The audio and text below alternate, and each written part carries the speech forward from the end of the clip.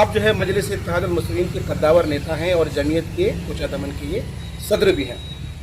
और जब मजलिस के नेता हों तो जाहिर है सीधा सीधा सवाल ये पूछना लाजमी हो जाता है, जिसको लेकर अब पिछले कुछ दिनों से बिहार की सियासत बहुत ज़्यादा गर्मा गई है। असमी साहब बहुत बहुत शुक्रगुजार है कि आपने अपना कीमती वक्त हमारे लिए निकाला है। सीधे तौर पर मैं ही नहीं बल्कि बिहार की वो तमाम तर अवाम ये जानना चाहती हैं कि जिस तरह से आपने पहली सूची जारी की है, आपकी पार्टी ने पहली सूची जारी की, आपने 32 जगहों पर अपने उम्मीदवार उतारने की बात कही। 32 में से 28 जगह वो है जहां पर राजद और कांग्रेस के उम्मीदवार जो सिटिंग एमएलएज हैं। तो जाहिर है ऐसे में कहीं ना कहीं न सिर्फ बिहार में बल्कि पूरे हिंदुस्तान की जो इलेक्ट्रॉनिक मीडिया है, सोशल मीडिया है, तमाम तर जगहों पर ये चहमी गोइयाँ शुरू हो गई है कि क्या फिर से ओवैसी साहब बीजेपी के बी टीम के तौर पर काम करते नजर आएंगे बिहार में। देखिए, ये ओवैसी साहब, भाजपा का एजेंट, भाजपा का बी टीम, ये सब लोग बात को बतंगर बना रहे हैं। आप देख लीजिए पिछली दफ़ा लोकसभा इलेक्शन में एमआईएम कितने सीट लड़े थे, नहीं के बराबर लड़े थे। और गठबंधन के जो कांग्रेस राजद गठबंधन के जो उम्मीदवार थे वो लगभग जगह थे। तो क्या आप कांग्रेस गठबंधन जो था, इन महागठबंधन जिसको कहते हैं, तो क्या वो भाजपा के हिमायत में अपना कैंडिडेट उतारे थे? चलिए, तो ये आप अपनी सफाई में कह रहे हैं। बिल्कुल, मैं अब ये बात आपसे कहना चाहता हूँ कि हिंदुस्तान का जो ये बिहार है, अब बिहार का लोग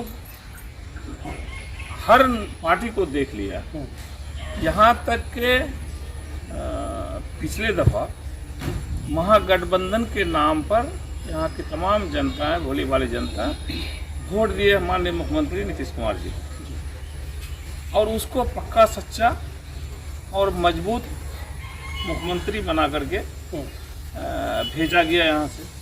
लेकिन उन्होंने क्या काम किया कि भाजपा के गोद में बैठ गया। और यही नहीं, अब देख लीजिए अभी वहाँ पर जो बिकने वाली ही जहाँ बात होती है, राजस्थान मध्य प्रदेश बात कर रहा है, हर जगह की बात कर रहा हूँ मैं, वहाँ के कांग्रेस के विधायक बिकने में माहिर थे और एक तरफ से चले गए सबको धर ले भाजपा के यहाँ पर। तो आप लोगों का ये उधर ध्यान नहीं जाता है और आप सिर्फ और सिर्फ एमआईएम की तरफ ध्यान देते हैं कि एमआईएम बीजेपी का बी टीम है। चलिए, आप बताइए जरा सा कि ये लोग क्या है, कांग्रेस राजद इन लोग का जो टीम से जो निकल के भाजपा के यहाँ चले जाता है, अपना पोस्ट को भी त्याग दे देता है, कुर्सी को भी छोड़ देता है, तो क्या पैसे की वजह पर? आप एक शख्स को बता दीजिए कि मजलिस का, एमआईएम का कोई एक शख्स खरबों रुपया भी, मैं भी अगर बिका हो तो बताइए। आप बताइए आप कि हमारा जो मिशन है बिहार में, पहला चरण में सिर्फ और सिर्फ 32 के बारे में हमारे सदर साहब ऐलान किए हैं, और इसमें तमाम तर पार्टियों के पेट में दर्द होना शुरू हो गया है। चलिए, पेट में दर्द क्यों हो रहा है हम बता रहे हैं आपको, क्योंकि मैंने ही एनालिसिस किया था और मैंने एक वीडियो जारी किया था अपने चैनल पे। दरअसल वजह यह है सर कि एक तरफ तो आप मौजूदा सरकार के खिलाफ बोलते हैं, एक तरफ तो आप रियासत के अलावा मरकज़ी हुकूमत यानी मोदी सरकार के खिलाफ बोलते हैं। लेकिन ये जो 32 सीटें हैं, 32 में से 28 जगहों पर आपने आरजेडी कांग्रेस के खिलाफ उम्मीदवार उतारा, लेकिन आप जब मुखालिफत इनकी कर रहे हैं तो इनके खिलाफ उम्मीदवार क्यों नहीं उतार रहे हैं? बीजेपी के खिलाफ, जेडीयू के खिलाफ, वहाँ पर आपके उम्मीदवार क्यों नहीं? जैसे मैं तो, मेरी पार्टी तो, मेरा हाई कमान, मेरा आला कमान जो अभी सिर्फ और सिर्फ 32 ही सीट पर न ऐलान किया है। वही जानना चाह रहा हूँ सर कि अभी पूरा विधानसभा में भी ऐलान किया। आप लोग इस बात को क्यों नहीं बोलना चाहते हैं आखिर कि एमआईएम का सदर जो कह दिया है कि हम पूरे बिहार में इलेक्शन लड़ेंगे अगर हमारे किसी से गठबंधन नहीं हुआ तो। गठबंधन का भी रास्ता खोल करके रखे हमारे सदर साहब। तो अभी 32 सीट पर ही सिर्फ और सिर्फ वो घोषणा की है। अभी देखिए कितने लोग बाकी उसमें क्या। अच्छा, बुद्धिजीवी ये कहते हैं, सियासत के समझदार ये कहते हैं कि जिन जगहों पर आपने अपने उम्मीदवार उतारे हैं, कहीं न कहीं राजद और कांग्रेस पर दबाव बनाने के लिए आपने इस तरह से उम्मीदवार उतारे हैं ताकि वो मजबूर हो जाए और मजबूर होकर आपको गठबंधन में शामिल कर ले। क्या ऐसा कोई रणनीति है? क्या आपको लगता है गठबंधन में आप लोगों को रखा जाएगा? राजद के लोग और अपने आप को कांग्रेस के नेता कहते हैं जो लोग, वो लोग ये कहते हैं और इस इतना ही गिरा हुआ नज़र से MIM को देखते हैं और साफ साफ बोलते हैं, मीडिया कर्मियों के पास बोलते हैं कि हमारे यहाँ पर MIM का गुजारा नहीं है। उससे पत्रकार लोग पूछे कि आखिर क्या बात है, क्यों नहीं गुजारा है, तो सीधे सीधे बताया कि जिस तरह से कट्टरपंथी भाजपा है, RSS का लोग है, उसी तरह से MIM को हम लोग कट्टरपंथी मानते हैं। लेकिन वो पता नहीं चलता है कि वो जो बोल रहे हैं वो कौन पार्टी के नेता है, कहाँ के नेता, उसका कहाँ जन्म हुआ, कौन पार्टी का वो सदस्यता लिए हैं, आज तक उसका कोई पता नहीं चल रहा है। लेकिन बोल दिया कि हमारे यहाँ जगह नहीं, अब वो उसका घर कहाँ है ये हम नहीं समझ पा रहे हैं, कौन पार्टी में। टू बी फ्रैंक एक बात जानना चाहूँगा, आपकी जो पार्टी है मजलिस इत्तेहादुल मुस्लिमीन, मुसलमानों को मुत्तहिद करने की आप बात कर रहे हैं। जाहिर है जिस देश में आपकी आबादी 18% 22% हो, वहाँ पर आप मुसलमानों को मुत्तहिद करने की बात करेंगे तो जाहिर है आपके लोग मुत्तहिद हो या ना हो, लेकिन जो दूसरे लोग हैं यकीनी तौर पर मुत्तहिद हो जाएंगे। हाँ बिल्कुल हो सकता है, ये बात तो होनी भी चाहिए थी, लेकिन होने के बाद भी अपना नाम को मजलिस इत्तेहाद मुस्लिमीन रखने के बावजूद भी हमारे वहाँ पर जाके देखिए हैदराबाद में हमारे बैरिस्टर असदुद्दीन साहब के भाई वो जितना तरजीह हिंदुओं को देते हैं उतना ही तरजीह मुसलमानों को देते हैं, ये जिंदा मिसाल है।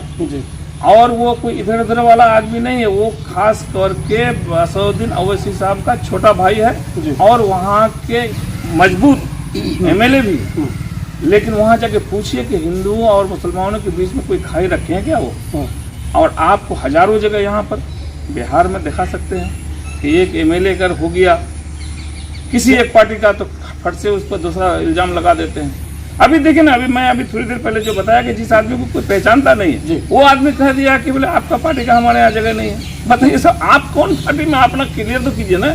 अच्छा, सियासी गलियारों में ये चर्चा है कि आने वाले वक्त में हो सकता है कि ये चीज़ें साफ हो जाए कि MIM का मुमकिन हो कि पप्पू यादव के साथ, मुमकिन हो कि कुशवाहा के साथ, मुमकिन हो कि और वो लोग जो महागठबंधन या गठबंधन में नहीं रहेंगे वो लोग कहीं ना कहीं उनके साथ मिल करके आप लोग एक जो है नया एक ग्रुप बनाएंगे, वो हाथ करेंगे आप लोग, ऐसा कुछ है? देखिए, हमने तो अभी भी कहा, हमारे आला कमान लोग भी कहते हैं कि बिल्कुल गठबंधन अगर कोई करना चाहे तो हम बेशक गठबंधन में जाने के लिए तैयार हैं। अगर कोई एक पार्टी कह दे कि हम नहीं जाएंगे, कह दे कि हम उसको साथ में नहीं रखेंगे, वो कट्टरपंथी है, तो बेशक वो रहे। आप जानिए इस बार का चुनाव हमारी सरकार होने जा रही है। आपकी सरकार? मेरी सरकार होने जा रही है बिहार में। अच्छा, यानी ओवैसी साहब के जितने उम्मीदवार उतरेंगे, हाँ, मोस्टली को जो है यहाँ पे कामयाबी मिलेगी। प्लस हमारे साथ में अगर कुछ जो एक दो पार्टी कह रहे हैं कि हम उसके साथ में गठबंधन में नहीं जाएंगे, वो अपने उसको अलग करके सिर्फ छोड़ देंगे। बाकी का जितने पार्टी हैं सारे लोग, हम लोग एक प्लेटफॉर्म में खड़ा होकर के इस मौजूदा सरकार के खिलाफ में हम लोग लड़ाई लड़ेंगे और हमारी सरकार यहाँ पर बनेगी। तो राजद और कांग्रेस के लोगों का ये इल्ज़ाम है, वो ये कहते हैं कि हम MIM को इसलिए नहीं लेते हैं क्योंकि MIM सिर्फ मुसलमान की बात करती है, और आपका जो चेहरा है, आपके जो सदर साहब हैं या उनके भाई साहब हैं, जब वो तकरीरें करते हैं तो उससे मुसलमान भले ही मुत्तहिद ना होता हो, लेकिन हिंदू एकजुट होता है। अगर राजद और कांग्रेस आपको अपने साथ रखेगा वो उनसे छिटक जाएंगे, ऐसा उनका कहना है। यही ना, चोर के दाढ़ी में तिनका, उसको खुद ये सब बात करके उन लोगों को आदत करी है।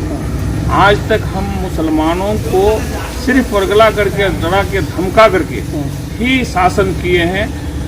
महागठबंधन जो आज के दिन में कहा जाता है, मैं उन तमाम लोगों से कह देना चाहता हूँ कि जितना हम लोगों को बेवकूफ़ बना दिया आप बना दिए।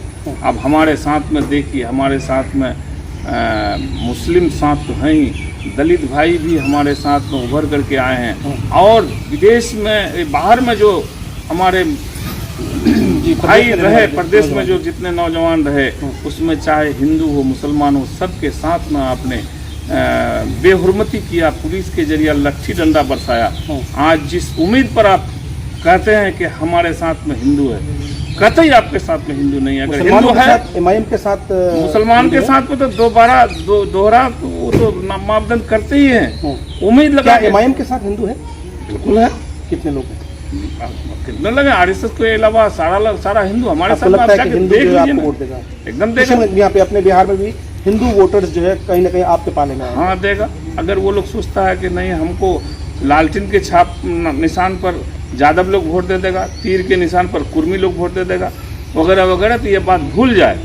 क्योंकि हर हिंदू मुसलमान परदेसी भाई को सताया है इन्होंने। अच्छा, पिछले इलेक्शन में जिस तरह सरफराज साहब हारे और ठीक उसी तरह से कटिहार में तारिक साहब हारे, और इस तरह से कई ऐसे सांसद हैं जो हार गए, और उनके हार की एक बड़ी वजह ओवैसी साहब बताए गए। वो इसलिए बताए गए, कहा यह जाके ओवैसी साहब जब यहाँ आए और यहाँ के मंच से उन्होंने मुसलमानों को मुत्तहिद करने की बात कही, तो मुसलमान भले ही एक नहीं हुए लेकिन हिंदू एक हो गए। ऐसे कि जिन यादवों ने कभी तस्लीमुद्दीन और सरफराज को वोट दिया था, उन्होंने भी बीजेपी को वोट दिया। सारे लोग बीजेपी को भी देख लिए और आपको राजद को भी देख लिए, कांग्रेस को भी देखते आ रहे हैं। अच्छा एक बात बताइए साहब, बेगूसराय से कन्हैया कुमार क्यों हार गया? वहाँ पर बीजेपी क्यों जीत गया? पप्पू यादव जी सोशल वर्क करते हैं, बिना लॉस करते हैं, बिना लालच के कोई खिदमत करते हैं, उसको लोगों ने क्यों हरा दिया? उसकी आलिया जो है मोहतरमा रंजिता रंजन जी हैं, उसको लोगों ने हरा दिया, इसको क्यों हरा? वहाँ पर तो कोई असदुद्दीन ओवैसी का कैंडिडेट नहीं था, बेगूसराय में तो कोई एमआईएम का कैंडिडेट नहीं था, और बाकी जगह कहीं पर एमआईएम का कैंडिडेट नहीं था, वहाँ पर कैसे हरा दिया? और हराने का काम सिर्फ और सिर्फ यही लोग करते हैं, ना कि एमआईएम और एमआईएम का आला कमान, और ना कि एमआईएम का कोई कैंडिडेट। चलिए, बहुत बहुत शुक्रिया। तो ये थे मजलिस इत्तेहादुल मुस्लिमीन के कद्दावर नेता अलहाज इजहार रस्मी साहब, बड़ी बेबाकी से अपनी बात रख रहे थे। दरअसल एक चुपता हुआ सवाल जो तमाम तर लोगों के जहन में थे, और तमाम तर लोग हमसे पूछ भी रहे थे कि साहब ये सवालात उठने चाहिए, और हालांकि होना ही चाहिए था कि जो सवालात हमने इनसे किए हैं, पार्टी के जो सूबाई सदर हैं अख्तरुल ईमान साहब, उनसे भी ये सवालात होने चाहिए थे, लेकिन हमारी पहुंच उतनी नहीं है कि उन तक हम पहुंच जाएं। इजहार रस्मी साहब, मैं इनका बेहद शुक्रगुजार हूँ कि जब भी फ़ोन करता हूँ ये बहुत ही खाकसार इंसान है कि हमें अपना वक्त दे देते हैं, कीमती वक्त देते हैं, और अल्हम्दुलिल्लाह बड़ी बेबाकी से इन्होंने अपनी बात रखी है। देखिए, अवाम आपको तय करना है कि आपके वोट का हकदार कौन है, और आपका वोट किधर जाने से देश का फ़ायदा है, राज्य का फ़ायदा है।